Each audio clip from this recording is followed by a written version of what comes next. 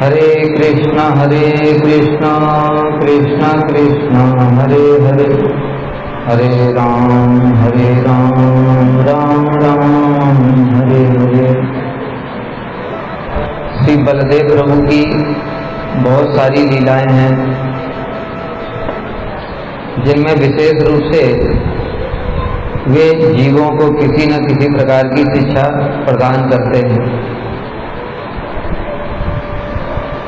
उनकी कुछ और भी लीलाएं हैं जो कि सामान्य जीवों को मोहित कर देती हैं, किंतु वे सब भी कृष्ण की सेवा के लिए ही हैं।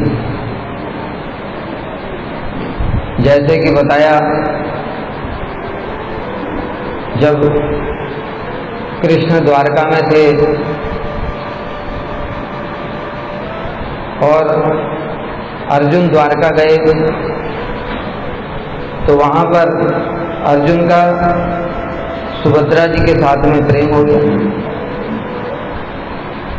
सुभद्रा जी अर्जुन से विवाह करना चाहती हैं और जो बलदेव प्रभु हैं वो सुभद्रा जी का विवाह दुर्योधन से करना चाहते हैं।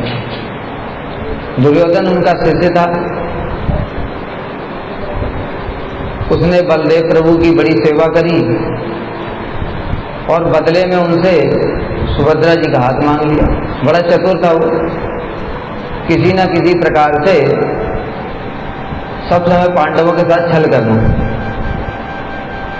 क्योंकि वो जानते थे युद्ध होगा और अगर दुर्योधन का विवाह सुभद्रा से हो गया तो फिर बलदेव प्रभु कृष्ण वो सब तो इनकी तरफ ही युद्ध करेंगे। ऐसा कपटतापूर्ण उसका विचार था। इसलिए इसी कारण से उसने बलदेव प्रभु से प्रार्थना की कि आप सुभद्रा जी का विवाह मेरे साथ करें। बलदेव प्रभु ने हाँ भी बोल दी। अब द्वारका आए, जब द्वारका में आए अर्जुन, और कृष्ण तो सब जानते ही हैं, इसलिए उन्होंने अर्जुन को कहा कि तुम सुभद्रा को लेकर के रथ में चले जाओ, किंतु ध्यान रखना रथ सुभद्रा चलाए। कृष्ण तो बड़े चतुर हैं, इसलिए उनको सारी चीजें पहले से ही पता है।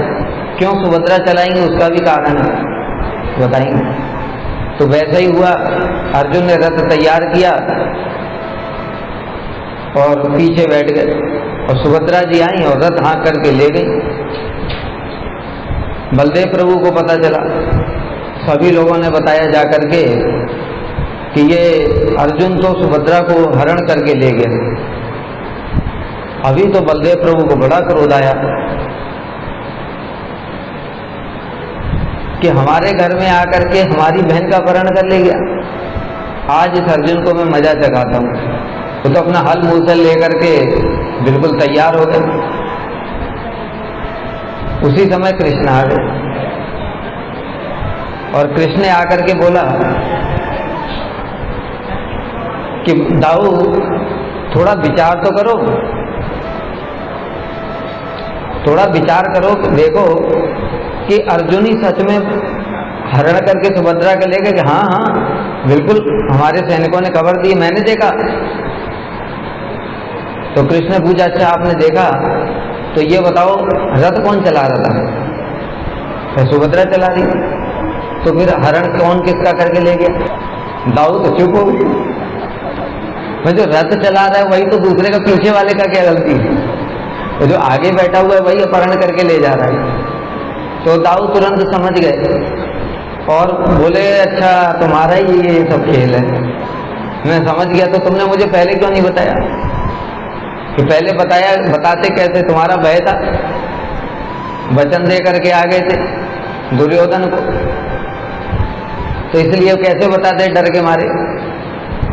तो फिर इस प्रकार की भी कुछ लीला बलदेव प्रभु करते हैं, किंतु विचार करने वाली बात क्या है?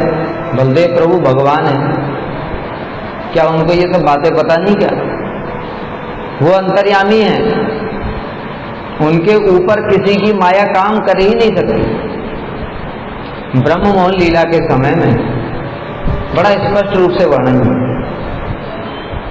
बलदेव प्रभु भी 1 साल तक जान नहीं पाए कि जितने भी बछड़े हैं वो सब कृष्ण ही बने हुए हैं, ये जितने भी सखा हैं वो भी कृष्ण ही है। 1 साल में कुछ 4-5 दिन बचे थे, उसी समय फिर कृष्ण की इच्छा हुई कि कम से कम अपने बड़े भैया इनको तो बता ही दूं।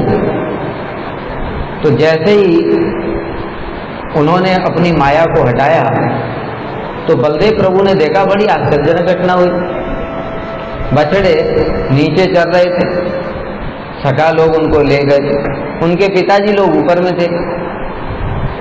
तो बछड़ों को जब देखा गायों ने, तो गायें ऊपर से बड़ी तेजी से बछड़ों की ओर दौड़ी। तो ग्वाल वालों को बड़ा क्रोध आया, उन्होंने पहले तो रोकने की कोशिश की पर रुके नहीं। तो दौड़ करके आए और जो गायें हैं वो अपने बछड़ों को प्रेम करने लगी। तो बड़ी विचित्र चीज ये देख रहे हैं बलदेव प्रभु कि ये गायें हैं बछड़ों से प्रेम कर रही हैं, पुराने वाले 1 साल में जो नए बछड़े हुए उनसे प्रेम नहीं कर रही। जो गाय है जो नए बछड़े को ज्यादा प्रेम कर रही। दूसरी बात फिर क्या हुई कि जो ऊपर जो कृष्ण के जितने भी सखा हैं उनके पिताजी लोग ऊपर सब गाय चरा रहे थे। उन्होंने जब ये देखा कि अरे इन बच्चों को यहाँ पर इनके बछड़ों को लाने की क्या जरूरत थी गायों के सामने, बछड़ों को देख करके तो गायें तो उनके पास जाएंगी जाएंगी, इसलिए यहाँ पर क्यों लेकर के आए, इनको हम आज डांट लगाएंगे बहुत। और वो वहां से ऊपर से दौड़ करके आए, जब अपने बच्चों के पास में आए डांटने के लिए, और जैसे ही पास में आए तो उनको उल्टा गोद में लेकर के प्रेम कर रहे हैं, उनको चुंबन कर रहे हैं, प्यार कर रहे हैं, अपने जैसे पिता अपने पुत्र को प्रेम करता है ऐसे प्यार करने लगे। तो बलदेव प्रभु सोच रहे क्या हो रहा है, ये किसकी माया है। उनके मन में ये बात है कोई किसकी माया है। फिर सोचने लगे क्या असुरों की माया है, नहीं, मेरे ऊपर तो असुरों की माया काम नहीं कर सकती, देवताओं की माया भी काम नहीं कर सकती, उनके ऊपर कोई माया काम नहीं कर सकती, उनके ऊपर बस एक ही है कृष्ण। तो समझ गए कृष्ण की माया है। तो इसलिए जो बलदेव प्रभु हैं उनके ऊपर कोई भी शक्ति है ही नहीं, फिर भला वो कैसे नहीं जान सकते। जानते हैं किंतु भगवान की लीलाओं में सहायता करने के लिए ही तो उनका अवतार है। इसलिए कृष्ण जैसी जैसी लीला करते हैं उसके अनुकूल रूप में ही वो बलदेव प्रभु भी लीला करते हैं। इसी प्रकार से और दूसरी लीला हम लोग देखते हैं जहां पर के जब महाभारत का युद्ध समाप्ति पर था, अंत में भीम और दुर्योधन का गदा युद्ध हुआ। वहां पर सभी लोग थे। बलदेव प्रभु तो तीर्थ यात्रा पे चले गए थे युद्ध से पहले ही, उसी समय लौट करके आ गए बाई चांस क्या पता है ना, सब कृष्ण की लीला है। बलदेव प्रभु भगवान है, वो बाई चांस वाली बात नहीं है, वो कृष्ण की लीलाओं में सहायता ही करते हैं। अच्छा, युद्ध हो रहा है गदा युद्ध, तो भीम युद्ध में जीत ही नहीं पा रहे। भीम का बल तो बहुत है, मारते हैं तो वो जमीन में घुस जाता है दुर्योधन, लेकिन वज्र का बन गया वो। तो उसकी मां गांधारी ने उसको वज्र का बना दिया शरीर, तो अभी जीत ही नहीं पा रहे। पूरा शरीर जो है वज्र का है, कहीं भी मारते हैं उसके कुछ नहीं होता है, और वो मारता है भीम के तो उनके चोट लगती है। कब तक करेंगे, इसलिए जीत ही नहीं पा रहे। तो कृष्ण इशारे से जंगा की ओर दिखा दिया। तो भीम ने क्या किया, बस दिया लिया गदा और दे करके सीधे जंगा में गदाएं दे मारी। गदा तो जंगा टूट गई और जो दुर्योधन है वो बड़ा तेजी से कराने लगा। बलदेव प्रभु उसी देख रहे थे, बस उनको तो बड़ा क्रोध आया और गदा लेकर के एकदम भीम की ओर दौड़े। कहते हैं ये भीम ने मेरी जो विद्या है इसको कलंकित कर दिया। अरे गदा युद्ध में कमर से नीचे प्रहार नहीं करते, क्या इसको पता नहीं है? ये अधर्म युद्ध है, ये अधर्म युद्ध है, मैं भीम को दंड दूंगा। बलदेव प्रभु को कौन रोक सकता है? सभी हाहाकार करने लगे। तो कृष्ण ने पकड़ लिया। कृष्ण ने पकड़ के कहा, अरे दाऊद थोड़ा शांत हो जाओ। कि नहीं कन्हैया तू मुझे छोड़ दे, आज इस भीम को नहीं छोड़ूंगा। तो दाऊद थोड़ा सोच विचार तो करो, आप बड़े धर्म की बात कर रहे हो। ये बताओ जब ये धर्म युद्ध होने वाला था तब आप कहाँ थे? तब तो आपको तीर्थ यात्रा पे चले गए थे, और अभी आपको धर्म याद आ रहा है। आपने युद्ध में देखा क्या क्या हुआ? इन्होंने अभिमन्यु को कैसे मारा? 7 योद्धा, 15-16 साल की अभिमन्यु की उम्र है, और उनका अपना भांजा है, बलदेव प्रभु का अपना भांजा है। 7 योद्धाओं ने मिलकर के उसके ऊपर प्रहार किए, निहत्थे के ऊपर।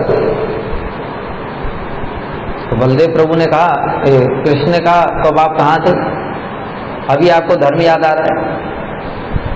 जब इन्होंने छल से पांडवों का सारा राज्य हर लिया जुए में, तब आप कहाँ थे? तब आपका धर्म कहाँ था? कहना क्या चाहते हैं कृष्ण? अब ये सब बातें क्या बलदेव प्रभु को पता नहीं है? लेकिन कृष्ण बलदेव प्रभु के माध्यम से दिखाना चाहते हैं कि देखो, पांडवों ने अधर्म के द्वारा इनको मारा तो भी वो सही है, अधर्म के द्वारा मारा तो भी सही है, क्योंकि अधर्मी के साथ अगर अधर्म करते हैं तो उसमें कोई दोष नहीं है। इसलिए बलदेव प्रभु को निमित्त बनाकर ही ये शिक्षा दे रहे हैं कि जगत के लोग, क्योंकि वो तो उंगली उठाएंगे ही, तो इसलिए वहां पर बता रहे हैं कि भाई इसमें कोई भी गलत नहीं है। इन्होंने तो सारा जीवन ही अधर्म का काम किया, पांडवों को मारने के लिए सारे जीवन भर प्रयास करते थे, लाक्षागृह में जलाया, द्रौपदी का चीर हरण करने के प्रयास किया, सब कुछ किया, भीम को खीर में जहर भी दिया था, क्या क्या नहीं किया। तो सारा जीवन जो अधर्म करता रहा, अब उसके साथ धर्म करने की जरूरत क्या है? उसको अधर्म से भी मारा जाए तो भी धर्म है। तो इस प्रकार से बलदेव प्रभु कृष्ण की लीलाओं में सहायता करते हैं सब प्रकार। फिर एक बार जो कृष्ण के पुत्र हैं सांब, उनका दुर्योधन की पुत्री लक्ष्मणा से प्रेम हो गया। तो दुर्योधन तो शुरू से ही दुष्ट स्वभाव का था। कृष्ण ने निमंत्रण भिजवाया विवाह के लिए कि भाई विवाह कर लो, तो उसने उल्टा पत्र में भेजा, अरे तुम लोग पैर की जूती सिर पर बैठना चाहती है, ऐसी ऐसी बातें बोली। बलदेव प्रभु स्वयं गए थे, उन्होंने जब ये सब पढ़ा, देखा, सुना, उसके बाद तो उनको कुछ भी बिल्कुल एकदम अनकंट्रोल हो गया, और सीधे जो है हल अपना लिया, बढ़ाया और मारा, हस्तिनापुर में घुसा दिया, जमीन पर खींचना शुरू कर दिया। आज सारे हस्तिनापुर को उखाड़ करके यमुना जी में डाल दो। तो हस्तिनापुर को खींचने लगे, सारा हस्तिनापुर कांपने लगा। तब भीष्म इत्यादि ने समझाया कि बलदेव प्रभु हैं, भगवान हैं, इनसे ऐसा दुर्व्यवहार मत कर दुर्योधन, नहीं तो सारा अभी सारे वंश सहित अभी ये मार देंगे। तब जाकर के फिर दुर्योधन आकर के उनके शरणागत हुए। तो इस प्रकार की भी लीला बलदेव प्रभु ने की। जब ब्रज में आए थे उस समय भी यमुना जी को आदेश दिया कि तुम इधर आ जाओ पास में। यमुना जी ने बात नहीं सुनी, तो बलदेव प्रभु ने हल मारा और खींचना प्रारंभ कर दिया। उनका नाम ही पड़ गया ऐंचा दाऊ। ऐंचना मतलब ब्रज भाषा में ऐंच मतलब खींचना, जो दाऊ ने जो खींचा था, इसलिए उनका नाम ही पड़ गया ऐंचा दाऊ। ठीक है, तो यमुना जी जो है समुद्र पत्नी, मतलब जितनी भी समुद्र में जितनी भी नदियां मिलती हैं, इस कारण से उनको समुद्र पत्नी कहते हैं। तो यमुना जी तो विशाखा स्वरूप ही है, लेकिन उनको नहीं खींचा। तो यमुना जी जो समुद्र पत्नी है उनको ही खींचा क्योंकि बलदेव प्रभु भगवान है, वो सारे सब कुछ जानते हैं। तो इस प्रकार से कृष्ण लीला में श्री बलदेव प्रभु ने बहुत सारी लीलाएं करी हैं। उसके पश्चात में अन्य जो अवतार हैं, अन्य अवतारों में भी बलदेव प्रभु प्रातःकाल बताया था कि वो साथ में ही रहते। जब वही कृष्ण श्री राम के रूप में आते हैं तो श्री बलदेव प्रभु ही श्री लक्ष्मण के रूप में उनके साथ में रहते हैं। जब दशरथ महाराज की 4 संतानें हुई तो उसमें दोनों का, जो लक्ष्मण जी का राम जी के साथ बड़ा प्रेम था और भरत शत्रुघ्न का आपस में बड़ा प्रेम था, दोनों साथ रहते थे। लक्ष्मण जी राम जी से कितना प्रेम करते हैं और भगवान की सेवा कैसे करनी चाहिए, लक्ष्मण जी ने बड़ा आचरण करके दिखाया। कैसे देखो, जब राम और लक्ष्मण विश्वामित्र जी के आश्रम में गए, वहां पर जाकर के ताड़का का वध किया, मारी सुबाहु हैं, सुबाहु को मारा, मारीच को तो मार करके फेंक दिया लंका में।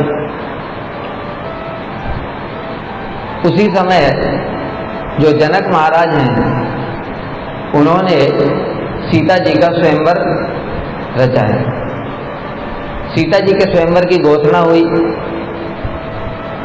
सभी को निमंत्रण दिया गया, विश्वामित्र ऋषि को भी निमंत्रण भेजा। विश्वामित्र ऋषि राम और लक्ष्मण को साथ में लेकर के जनकपुरी पहुंचे। वहां पर जब सभी राजा लोग धनुष को उठाने का प्रयास कर रहे थे,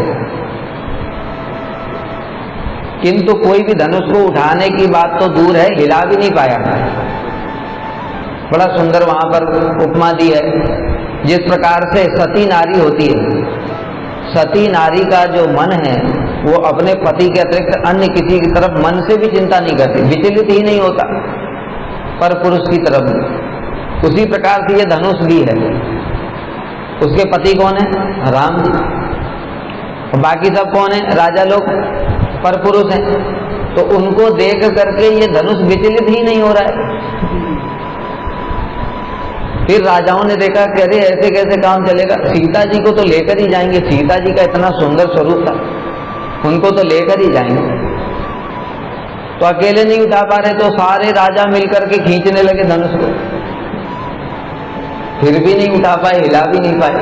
तो जनक महाराज को बड़ा क्रोध आया। उन्होंने कहा बस करो, ये जग हसाई क्यों करवा रहे हो तुम लोग? यहां पर बड़े बड़े राजा बलवान बैठे हुए हैं, देवता भी भेष बदल करके आए हैं, राक्षस असुर इत्यादि भी भेष बदल करके आए, बड़े बड़े प्रतापी राजा आए, किंतु कोई भी इस धनुष को हिला ही नहीं पा रहा है। अगर मैं अपनी प्रतिज्ञा तोड़ दूं, कौन सी प्रतिज्ञा? कि जो इस धनुष को उठाएगा उसके साथ ही सीता जी का विवाह करूंगा। अगर ये तोड़ देता हूं तो मेरी कुल परंपरा जो चली आ रही है वो खराब हो जाती है। कि दशरथ महाराज ने तो अपना, जनक जी ने तो अपना वचन ही तोड़ दिया, प्रतिज्ञा ही भंग कर दी। पहले के लोगों का वचन का बड़ा मूल्य होता था, आजकल तो वचन का मूल्य ही नहीं है।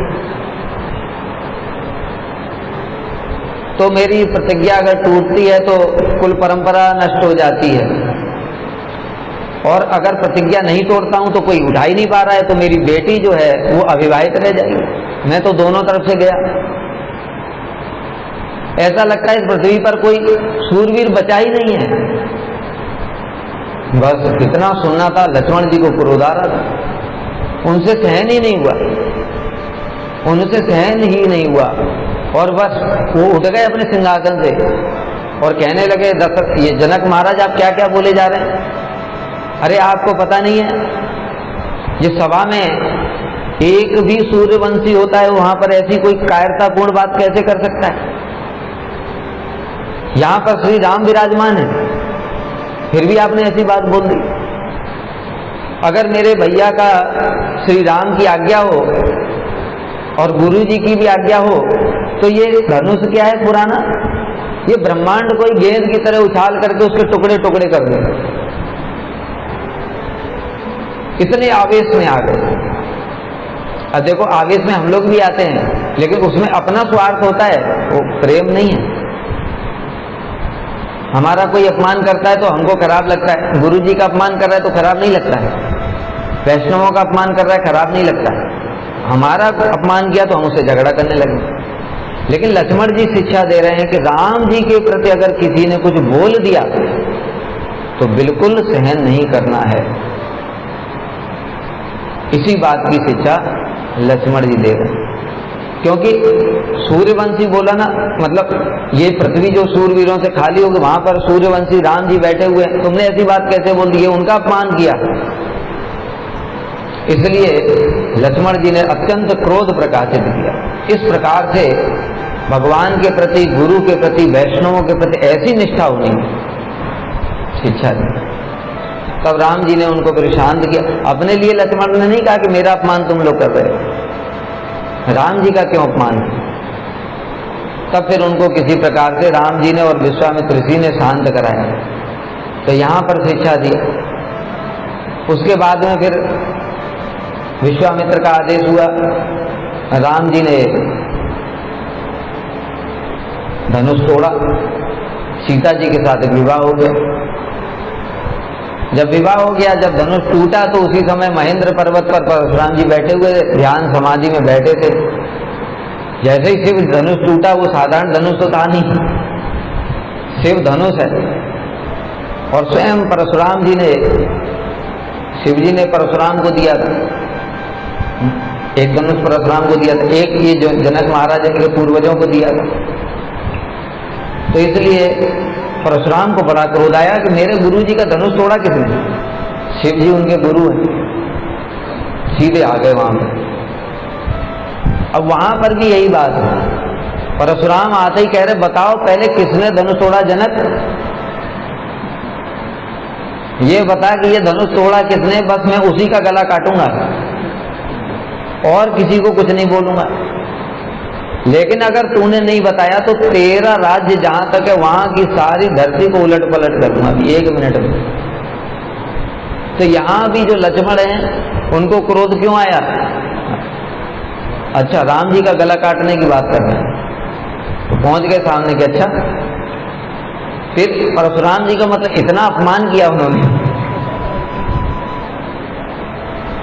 और कहा कि अगर आप ब्राह्मण ना होते तो अभी आपको दंड दे देते, ऋषि हैं ब्राह्मण है इसलिए चुपचाप बैठा हूं। तो वहां पर भी लक्ष्मण जी दिखा रहे हैं जो क्रोध दिखा रहे हैं, किस लिए, क्योंकि इस प्रकार की बात कैसे करते। और सच पूछो तो अगर परशुराम भी भगवत आवेश है उनके अंदर में, अगर वो नहीं होता तो लक्ष्मण जी दंड दे ही देते उनको। इतना कोई बोल जाए राम जी के विरुद्ध गला काट दूंगा, लक्ष्मण जी कैसे सहन कर सकते। लेकिन लक्ष्मण जी साधारण नहीं, वो भी भगवान है ना, इसलिए उन्होंने कुछ किया नहीं। परशुराम कुछ भी नहीं है उनके सामने। क्यों, परशुराम शक्त्यावेशावतार है। शक्त्यावेशावतार क्या होता है, भगवान अपनी किसी कार्य सिद्धि के लिए जब किसी योग्य जीव के अंदर शक्ति का संचार कर देते हैं तो उसी को कहते हैं शक्त्यावेशा। परशुराम के अंदर भगवान ने संहार शक्ति, तो परशुराम कौन है, जीव तत्व, लेकिन उनकी शक्ति है इसलिए भगवान ने उनके अंदर शक्ति संचार करी तो उन्होंने संहार कर दिया सारी पृथ्वी पर क्षत्रियों का। पृथु महाराज उनके अंदर पालन शक्ति, लेकिन ये जीव हैं सब। ब्रह्मा जी के अंदर सृष्टि शक्ति। तो इस प्रकार से भगवान के वो सत्यावेश अवतार, लेकिन लक्ष्मण जी सत्यावेश अवतार नहीं, वो तो भगवत तत्व हैं। क्या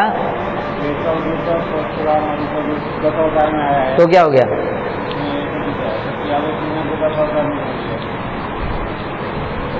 भगवान के जो 24 अवतार में भी तो वर्णन हुआ, भागवत में जो 24 अवतार वर्णन हुए हैं ना, तो क्या दिक्कत है। केशव दीता परशुराम शरीर, तो भृगुपति केशव दीता भृगुपति रूपा, ठीक है। भृगुपति रूप मतलब क्या है, जो उनकी केशव की ही शक्ति है, तभी तो वो उस प्रकार का काम कर रहे हैं।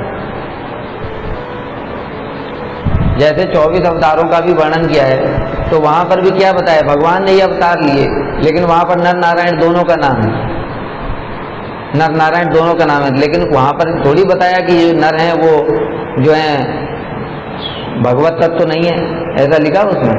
वो 24 अवतार में वर्णन किया नहीं, और भी बहुत सारे अवतार वर्णन है जो कि सब मिलाकर ही किया वो।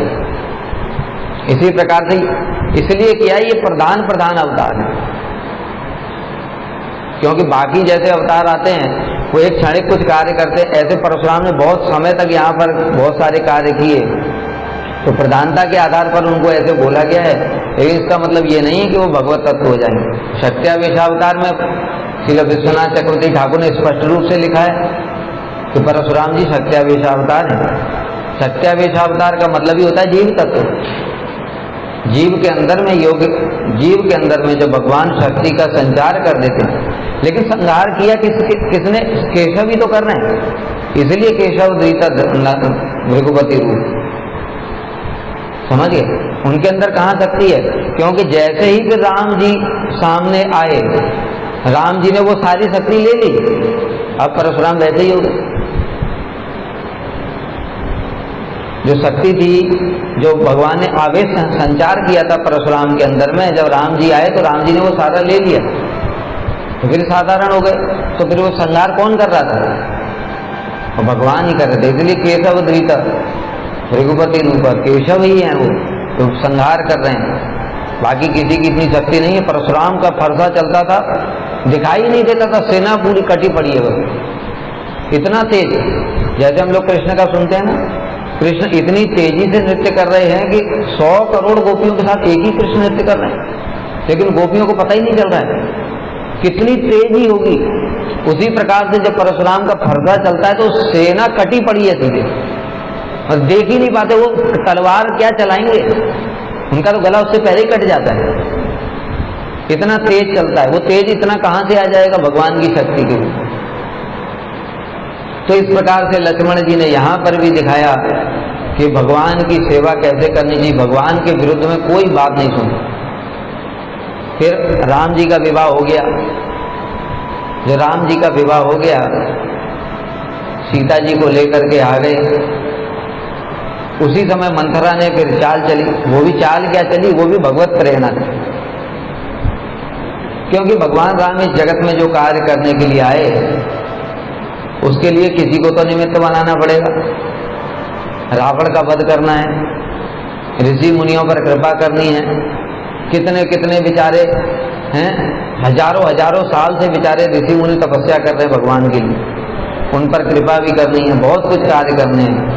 इसके लिए फिर श्री राम ने स्वयं ही मंथरा को प्रेरणा देकर के कैकेयी के माध्यम से 2 वर मांग ली।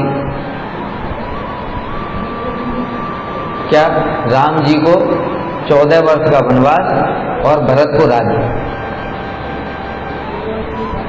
जब लक्ष्मण को ये बात पता चली, राम जी को जब पता चली, वो तो खुश हो गए। तो खुश क्या हो गए, उनको तो वो काम करना ही है ना, इसलिए अंदर से तो खुशी है कि भाई हमको वो कार्य करना ही है। और वो तो सहर्ष स्वीकार भी कर लिया। कहते बस इतनी सी बात के लिए मेरे पिताजी इतने दुखी क्यों होते,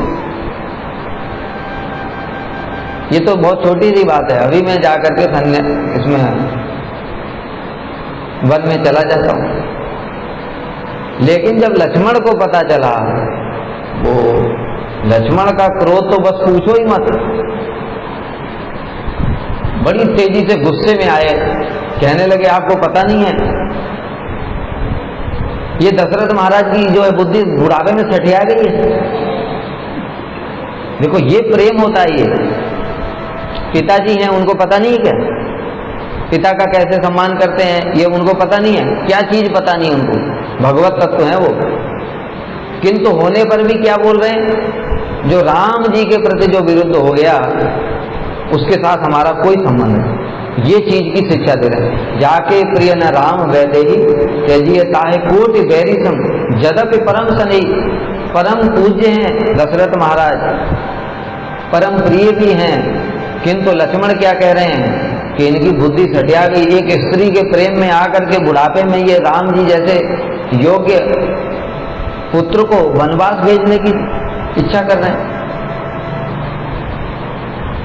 और आवेश में आकर के वाल्मीकि रामायण में, रामचरितमानस में तो ज्यादा वर्णन नहीं है, वाल्मीकि रामायण में तो वर्णन है कि कह रहे हैं कि अरे ये दशरथ महाराज क्या हैं, आज मैं इनकी पूरी चतुरंगड़ी सेना को ही नष्ट कर दूंगा अगर मुझसे कोई युद्ध करने आया विरुद्ध में।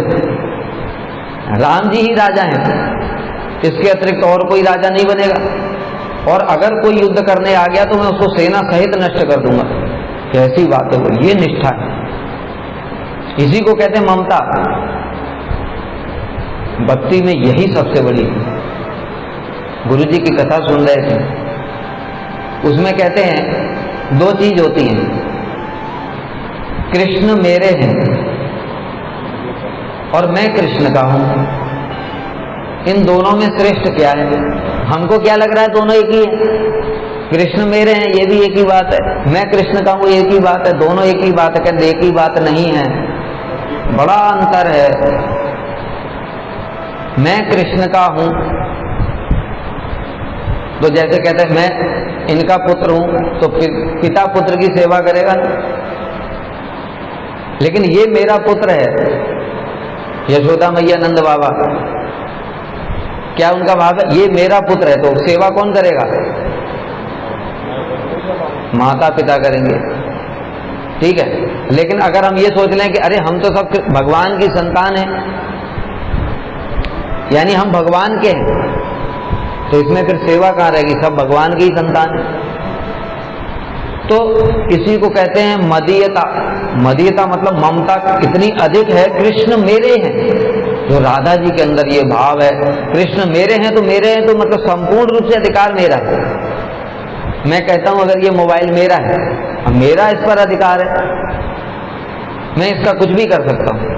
तो इतना अधिकार इतना अधिक होता है, और उसी के कारण जो कृष्ण है वो संपूर्ण रूप से राधा जी के वशीभूत रहते। ममता, ममता इतनी अधिक है, ये मदीयता भाव है। और तदी अर्थात मैं कृष्ण का हूं तो उसमें इतना वशीभूत नहीं होते, इसलिए कृष्ण अन्य अन्य जो गोपियां हैं उनका यही भाव है, चंद्रावली इत्यादि का, मैं कृष्ण की हूं, प्रेमिका उनकी दासी जो कुछ भी, तो फिर कृष्ण पूर्ण रूप से वशीभूत नहीं होते। लेकिन राधा जी का भाव है कृष्ण मेरे तो मेरा उनके ऊपर पूर्ण अधिकार। उसी प्रकार से यहाँ ममता दिखाई जा रही है कि मेरे प्रभु, उनको किसी ने कैसे बोल दिया। जैसे हमारे माता पिता को अगर कोई कुछ बोल दे तो हमको गुस्सा आ जाता है, क्यों? मेरे माता पिता, दूसरे के माता पिता को थोड़ी गुस्सा आता है। तो लक्ष्मण जी ने इस प्रकार से बहुत कुछ बोला, तो राम जी ने ही समझाया कि अरे लगता है तुमको ही राज्य की कामना है।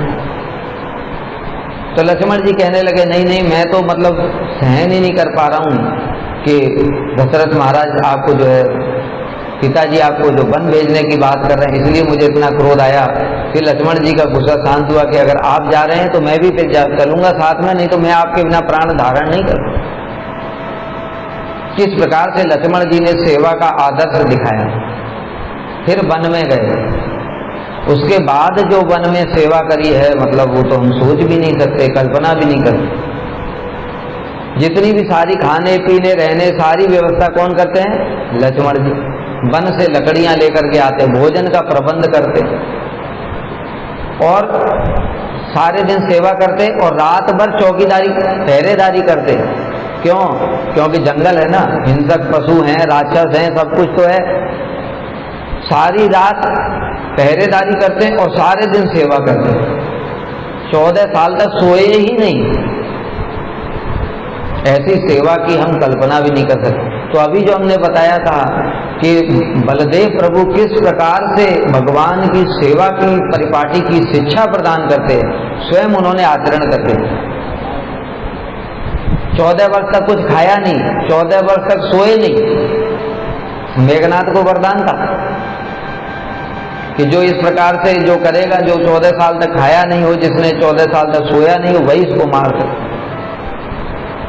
उसी कारण से फिर यद्यपि लक्ष्मण तो भगवान है, उनके लिए मेघनाथ जैसों का वध करना कोई बड़ी बात नहीं है, लेकिन जो ब्रह्मा जी वरदान देते हैं ना, तो भगवान भी उनके वरदान की वचन का रक्षा करते हैं।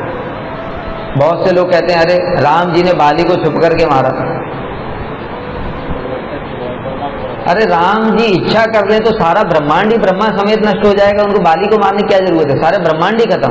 बाली क्या ब्रह्मांड से बाहर है क्या?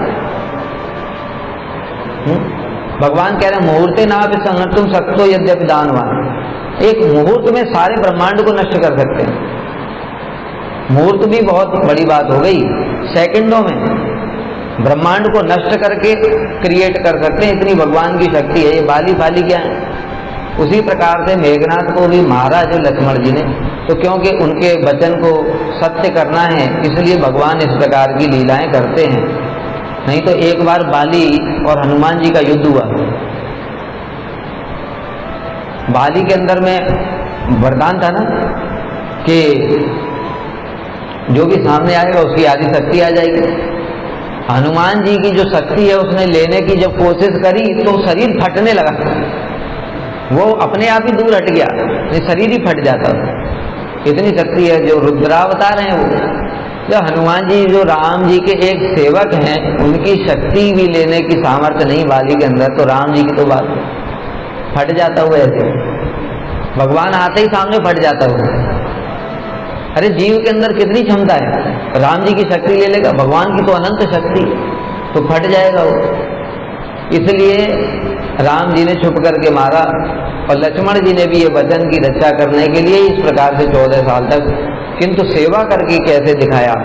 फिर भरत जी जब आए थे चित्रकूट में, वहां पर भी लक्ष्मण का दिखाया कितना राम जी के प्रति कैसी ममता है, कि जब उनको पता चला कि भरत चतुरंगनी सेना के साथ में आ रहे हैं, तो उनको लगा क्या फिर से वही बात है, वो भगवान है, उनको क्या पता नहीं है, क्या नहीं जानते, वो सब अंतर्यामी है, किंतु शिक्षा दे रहे हैं फिर भी कि देखो राम जी के प्रति कैसी ममता होनी चाहिए भगवान के प्रति। उन्होंने कहा लग रहा है ये भरत का जी भरा नहीं है अभी राज्य लेकर के, सोच रहा है 14 साल के बाद तो लौटाना ही पड़ेगा। इसलिए ये सेना के साथ में आ रहा है कि अभी अकेले हैं, निहत्ते हैं, तो हम इनको मार करके निष्कंटक हो जाएंगे। आज मैं ये भरत को चतुरंगनी सेना के साथ ही नष्ट कर दूंगा। और लक्ष्मण जी आगे धनुष बाण तान लिए पूरे। राम जी ने समझाया भाई थोड़ा धैर्य रखो, सुनो तो सही क्यों आया, पूछ तो लो पहले, नहीं बाद में पछताना पड़ेगा। फिर भरत जी आए, और भरत जी आए तो उन्होंने जब अपने मन की बात बताई कि आप चलो राज्य, आप ही राजा हैं और सारी बातें हुई, तो लक्ष्मण जी को बड़ा पश्चाताप। लेकिन कहने का तात्पर्य क्या है, लक्ष्मण जी ने धनुष बाण क्यों उठा लिए, क्योंकि जो कोई भी उनको लगा कि ये राम जी के विरुद्ध है उसको बिल्कुल सहन नहीं करते, बिल्कुल सहन नहीं करते। तो लक्ष्मण जी की लीला में और भी बहुत सारी बातें हैं। जो फिर जब वन में रहते थे सीता जी के सामने, अब वो समय आ गया है, रावण के वध का समय आ गया है, तो कुछ तो निमित्त बनाना ही पड़ेगा। इसलिए भगवान ने पहले ही जो सीता देवी हैं उनको अग्नि को सौंप दिया, और जो छाया सीता हैं वो प्रकट हो गई। इसलिए उन्होंने एक दिन लीला करी, वो मारीची आया स्वर्ण का हिरण बन करके, और सीता जी ने कहा कि ये हिरण आप मेरे लिए ले आओ। तो राम जी उसके पीछे पीछे गए।